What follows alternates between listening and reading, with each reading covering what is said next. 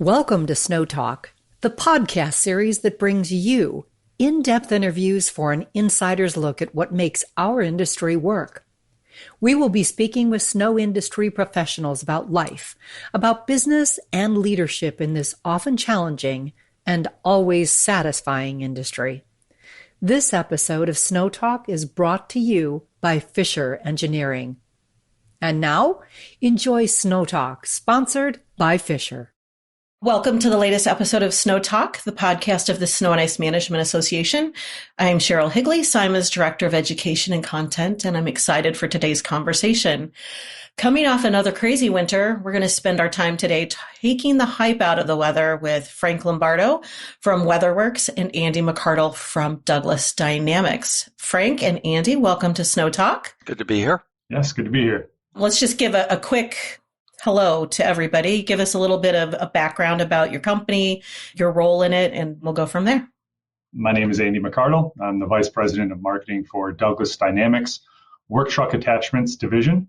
We're home to the most trusted brands in the industry, Western Products, Fisher Engineering, and SnowEx. And I've been with this great company and this amazing industry for 15 years. Nice. How about you, Frank? Well, I make the snow for Andy so that they can sell their plows. And as most of you know, I've been in this business really all my life. I tell people I started when I was 6, but no one was paying me at that point. But I just have a passion for weather that's driven me, and the passion for snow and ice that started in my really, really early years. But WeatherWorks provides services to the snow and ice industry. I'm the president, owner, and CEO, and we just love this industry and we love this organization. All right. So, Frank, let's get started. All right. Another winter has come and gone, fingers crossed, and it seems like it was another season of extremes, either a lot of snow, low snow, no snow. Give us your thoughts on the season.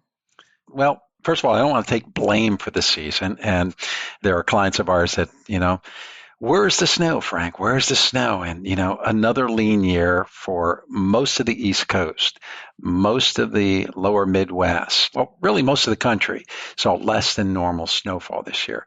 We wish the sky was falling a little bit more in terms of snow. It was an unusual year because there were a lot of storms this year. So there were a lot of threats, and there were a lot of times where, hey, there's a possibility of a good snowstorm 3 days out, 4 days out, including the Northeast, the Mid-Atlantic states, the Southeastern states. There were a few threats, but then these threats would not materialize. So that in itself demoralized a lot of our clients and the industry, especially in areas that typically snow.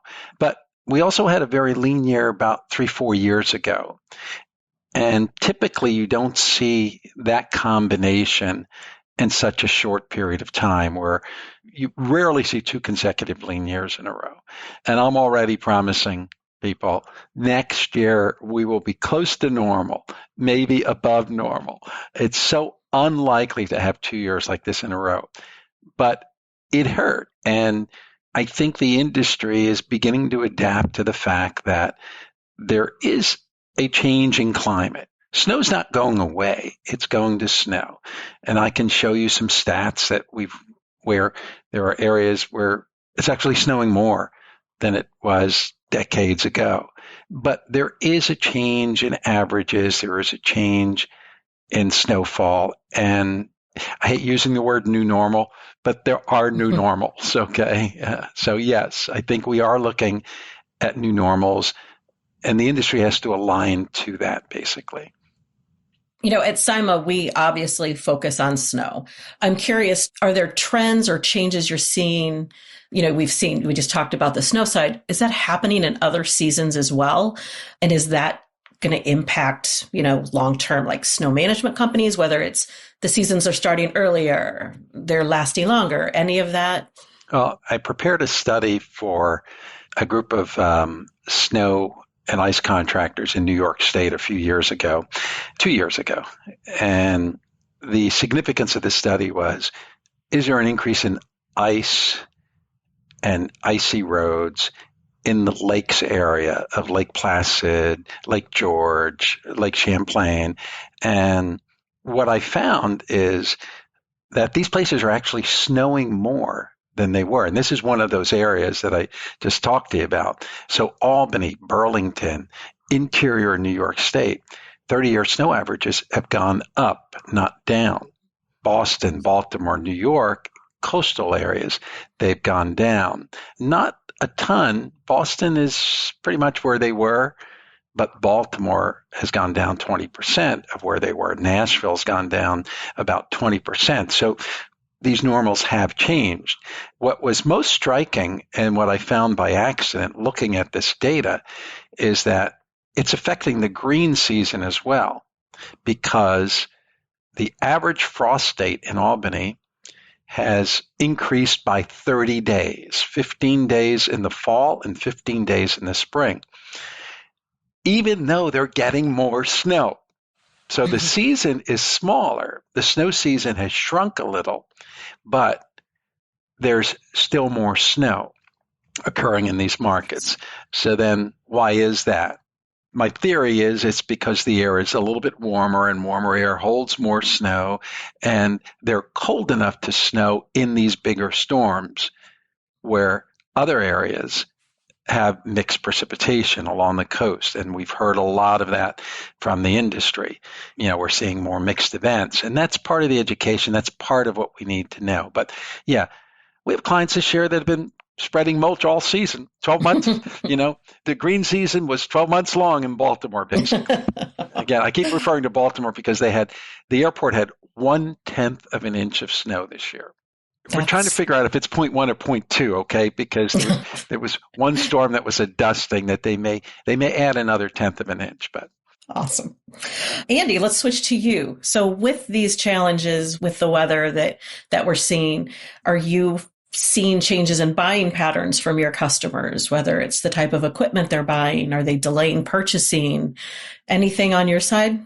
No, that's a good question. While snowfall levels vary within a given year and from year to year, snowfall and the corresponding purchases and replacement cycles of snow and ice control equipment is relatively consistent over a multi-year period. And so it's really, as Frank mentioned, depending on where and when the snow comes down, that will influence where those sales are made. So that's what we're recognizing. Well, I know that Fisher's up in the Northeast, and then Western and SnowX are in the Midwest. Are you seeing anything different there? Do your dealers have to manage things differently depending on where they are? Again, yeah, it's some areas, as Frank had mentioned, are seeing less snowfall, while others are seeing much more snowfall. So it really is geographical. So if you happen to be in one of those lower snowfall areas this year, there'll be an impact. Conversely, areas like Minnesota and some parts of Michigan have really just gotten walloped. And so, they see the inverse effect. So It really is a balancing when you look at the entire North America. And is that something similar, Frank? As you mentioned, things kind of all even out. So kind of like Andy said, it kind of all evens out. Do you see that with the weather as well? I've always said it evens out, but it's hard to convince a smaller company in the industry in the mid-Atlantic states. I love numbers. You know that. We sell data. I love data. And I say to clients, look, and the industry has been preaching this for years. You have to balance that portfolio of yours, but you have to be careful when you balance it that they're not all seasonal contracts, because those clients of yours may not renew the following year if in a year where we sell our products to property owners as well as contractors. And our property owners are calling us up saying, hey, it's only snowed 2 inches in East St. Louis, and I have a $100,000 bill that I have to pay for a seasonal contract. I says, well, that's because you signed that contract, and a risk was that it could get down as low as 2.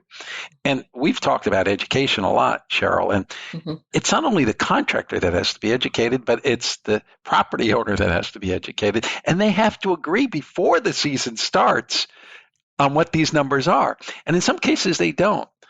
I've seen seasonal contracts where if it's 10% below the average, we're going to give you some money back or something like that. But no one's agreed on what the average is.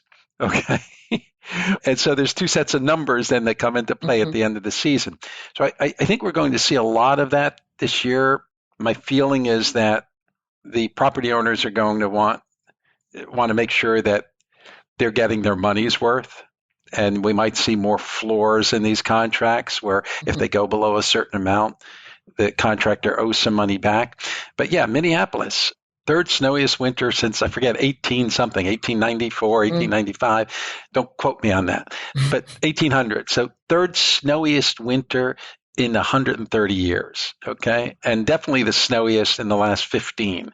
Baltimore, just the opposite, least snowiest winter since 1880 something. So it averages out. Baltimore has one of the widest variations of snowfall of anyone in the country, okay? In 2010, they had 72 inches of snow in Baltimore. In 2022-23 season, they've got 0.2 of an inch. So big spread there, big variation. It does average out, but economically, it's tough on especially the smaller and medium-sized businesses that rely on some snow every year.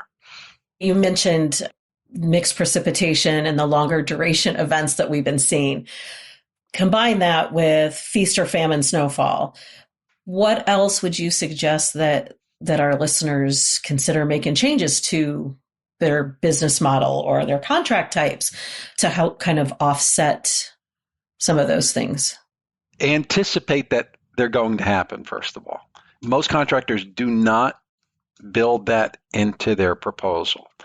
They don't build long duration storms into their proposal. They don't build mixed events, and it becomes challenging. And really understand what mixed events are.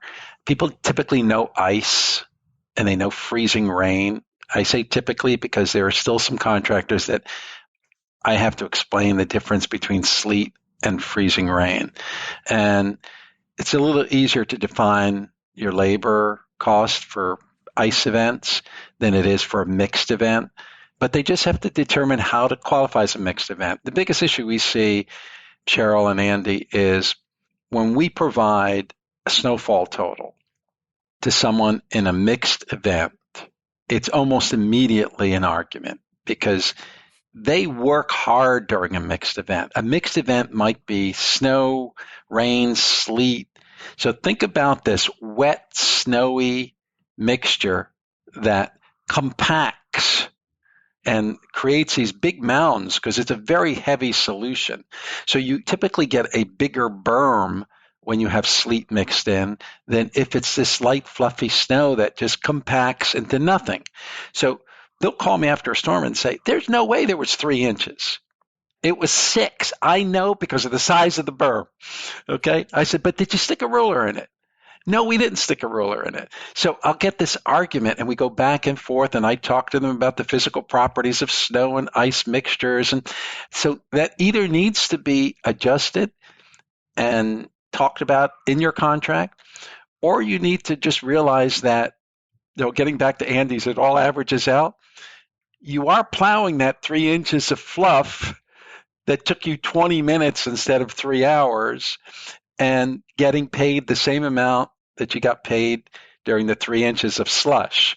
So to me, if there was a way we could just weigh the snow each time and bill per pound, that would be great. Okay. Can you come up with something, Andy, that just weighs it as you push it?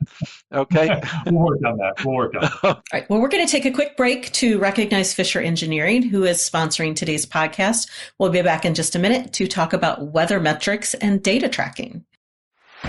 For more than 70 years, Fisher's been building snowplows and spreaders for waymakers. The ones who lead so others can fall in line. The ones who refuse to back down even when the snow is piling up. The ones who make plowing look easy. Not because it is, but because they're that good. Forged from steel but made in the New England snow, our roots ground us. They're also what drive us. So to all you waymakers out there, know we're out here too. Visit FisherPlows.com or your local dealer today. Welcome back to Snow Talk with Frank Lombardo and Andy McArdle. Andy, let's kick this section off with you.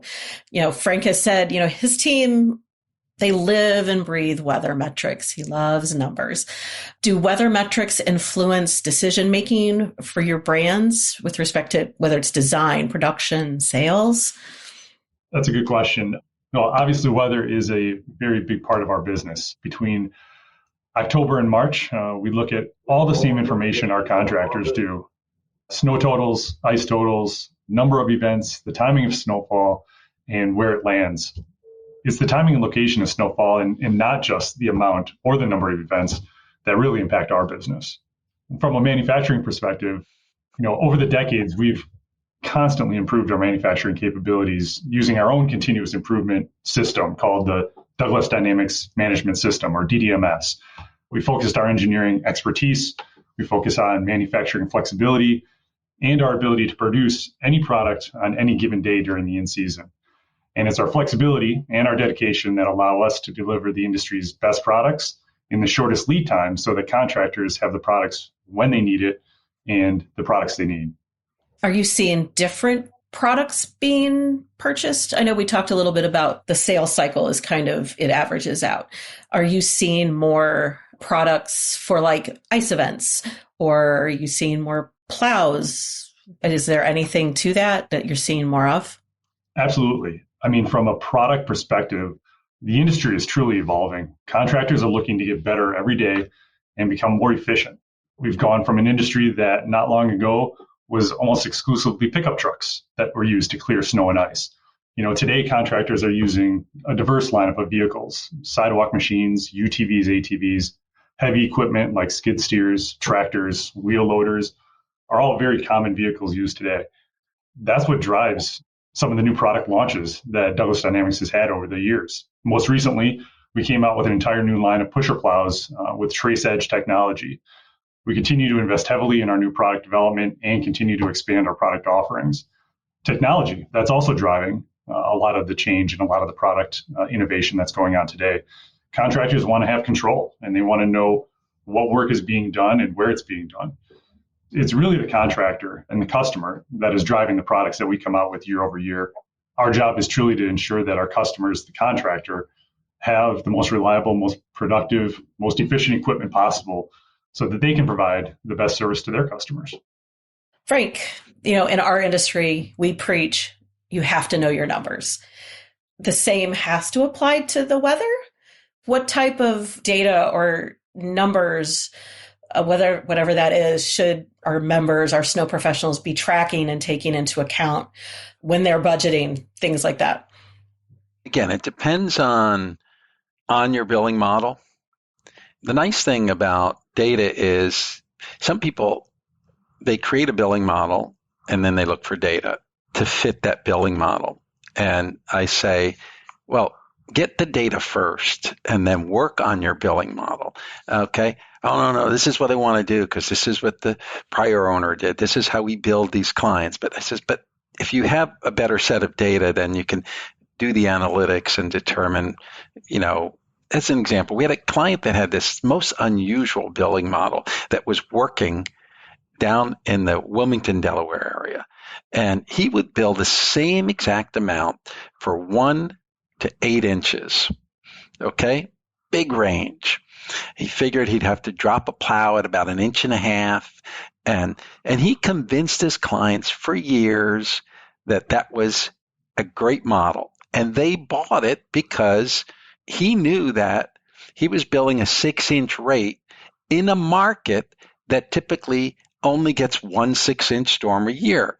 And most of his storms are 1 to 3 inches or 2 to 4 inches or less than 2 inches. So he sold it. He was a good salesman. He sold his business. This is like 8-10 years ago. And the new company totally changed the format. But I thought it was very unique because he could sell this product because he had a good set of data. And he goes, look, if I could sell each storm at a 4 to 6 inch rate, typically I only get 2 of those a year, but this way I'll be billing 8 of those a year. And he increases bottom line. So get the data first, play with the data. One of the issues that I see that could be improved on is that even if a contractor gets data, he needs to make sure that his client has that same set of data, or the other way around. And I've been preaching to property owners. I said, look, you want all your contractors to be on the same page? Give them a good set of data to work with. Okay, you buy the data for them and then say, bid on this data. What most property owners do is they say, bid on this property, here's the dimensions, here's how can you keep it clean and how can you keep us free of any slip and falls. And a contractor goes out and somebody will go to AccuWeather and somebody will come to us and somebody will go to Weather Underground. And it's all these different sets of data and they're not the same.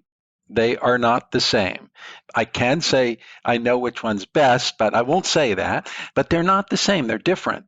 And if both parties agree that that's what they're going to use for their RFP, that's what they're going to use to settle, then that's more than half the battle. But I tell our clients, bad data in, bad for your bottom line, okay? Because eventually it's going to affect you. You're going to make some bad decisions based on that bad data, either in bidding or in settlement. It's going to cause arguments. It's going to cause you to lose that client. So I like everyone to get on the same page in August or in July, preseason with some good data. As we wrap up, Andy, Frank, what advice do you have for our listeners on how to block out that hype, keep their snow businesses strong? And again, a lot of the hype, there's hype in media. This past winter, I spoke to a snow plowing group of road superintendents, and I asked, how many of you have a weather app? They all raised their hand. There's like 30 in the room. How many of you have 2 weather apps? By the time I got to 6 weather apps, there were still 2 people that raised their hands. So one way you can get rid of the hype is to minimize your sources of weather data. There's just too much weather data these days, or weather apps, weather forecast. You like the Weather Channel? Stick with the Weather Channel. Don't go to 3 or 4 different sources. CIMA recommends that you have a snow and ice consultant. Hire a snow and ice consultant if you're doing enough revenue to support that. And then just rely on that consultant to make your decisions.